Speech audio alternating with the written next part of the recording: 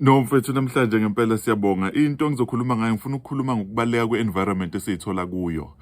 Ngoba i-environment esiyithola kuyo iyalibamba iqhaza elithile ukuthi determine ngisho i-value yethu. Uthola ukuthi ukwenza kahle konke but i-environment uthola ukuthi iyona ekalayo. Ngizokwenza nje isibonelo mfethu, ngikhumbula ngelinye ilanga ngise-OR ngiza la eKZN. Ngenza into engayijwayele. Normally masithenga ama-items amancane uvesane uwathenge nje unganaki. So this one time ngithenga amabhodlela awu2 engijwayele ukuwathenga mangila eKZN. Athi uyaliscan usise lodwa ibhodlela libo 33 rand yabo. Lapho mina ngijwayele ukulithenga ngo12 rand lilodwa yabo.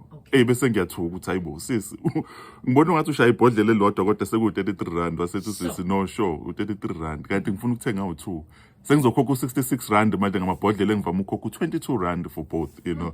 Ngabona ukuthi ukuzama ukusisi uzozathuka ukuthi indoda kabale ekhalela u66 rand.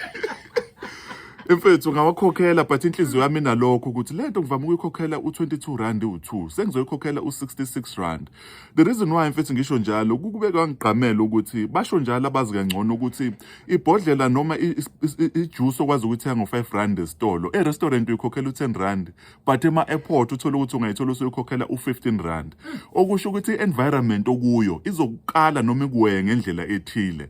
But i-challenge enkulu siyayisithi masiweywa ngo5 rand sibona ngazuthi okay kusho ukuthi i-value yami ila ku5 rand iphelela kulo 5 rand kanti khona indawo la uzothi mabekuweya khona indawo uzothi ufika kuzona nkulu but ubukuphi all along because thina besifuna umuntu onjengawe kodwa uthola ukuthi la ubukhona kuleso sikhathi bekuweya ngo5 rand uthola ukuthi there is a place la bathi mabekuweya khona bathi wena no i-value yakho u15 rand. Namhlanje ufuna ukukhuluma nomlaleli mfethu ukuthi abe ne-understanding ukuthi we need to develop, the onus is on us to determine our true value because uma unganakile i-environment izofuna ukudetermine ukuthi wena masekubuka uyilento uthola ukuthi uqualified uhlakaniphile wenza kahle kodwa i-environment okuyo because it's toxic izokureduce to nothing ufile ongazuthi awunayo i-value. Ingakho nkulu mfethu uma uzothi unake ukhona umuntu onokusebenza enkampanini athile azizwe isidomu, you know, usabathi wenza into ethile kuthiwa uhlezi wenza wamphuthu isidomu bambhalela ama-written warning amaningi azasuka umuntu osebenza kwenye inkampani uma efika khona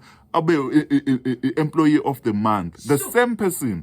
That's why the same ibhodlela engijwayele ukuthenga ngo5 rand sengilithenga ngo15 rand. Why? Akushintshanga ibhodlela but i-environment esuke ishintshile. So we need to have that in mind. Ngiyakubona mfethu abadlali bebhola sothi abhuisha ngisho abalandeli bangakubo bethi ilona simdayise u-useless. I-team igcina imdayisile ngempela afike kwelinye iqembu afike beyistar. Abe yi-man of the match, abe yi-player of the season. Umuntu okade kuthiwa u-useless. So namhlanje before uyitshena ukuthi you are useless awukucubungule i-environment yakho especially uma ukuthi uyazi ukuthi wena uzimisele ngoba i-environment yakwazi ukuthi ithathe i-star istrap inside uthola ukuthi you are locked in and then the right environment is able to release your full potential. Sengizovala mfethu angisho ukuthi anginali license sisokutshena abantu ukuthi abashiye indawo abakuzo ngoba even kuma relationships siyakwazi ukuba trapped endaweni engekho right ukuthi i-relationship okuyakudevaluisha but there is a place where you are valued. That's all I'm trying to say. I-license enginayo ukutshena umlaleli ukuthi when the environment reduces you to nothing have it in mind ukuthi somewhere you are valued highly. Ilokho ebengifuna ukusho nomuntu ohlala emgwaqeni. Ngiyangihlangana nabantu abahlala emgwaqeni ngithi mangi-engage nayo kwi-conversation ngibone cha uhambile lo muntu. Uma ungamthatha lo muntu umbeke ku-environment ehlukile lo muntu angablosoma. Last point my sister, ngiyangisebenzele ko-Kokstad. Ngiyangithi mangidrive ngeko-Kokstad this thing fascinates me.